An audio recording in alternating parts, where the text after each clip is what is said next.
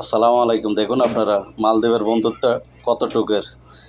আমরা আজকে সাধারণ একটা গ্রামে আসি, প্রায় এবার আছে 500 কেজি মাছ দিলাম, আর হেরা ডাব আমার মনে হয় 70-80টা ডাব দিল, তারপরে নারকেল প্রায় 40টা নারকেলের মতো দিল। মালদ্বীপের লোকরাই কিন্তু আসলে বন্ধুত্ব বুঝে।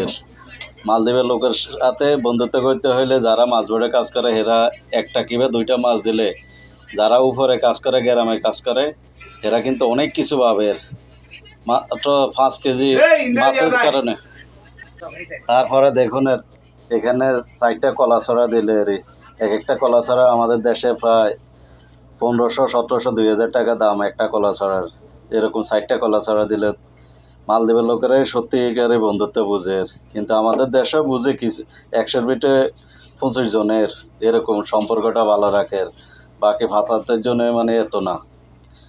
এ দেখুন এ রোজা রমজানে আমরা কি অবস্থাতে বন্ধুত্ব করি আর দেখুন ডাব এ রমজানের জন্য ইফতারের জন্য ডাবগুলো কাটতেছে এই ভাইটা, সবাই ইফতার করাইবে এই ভাইটা ডাব কাটিয়ে। তো সবাই দোয়া করেন এই ভাইটার জন্য। ওকে, আল্লাহ হাফেজ।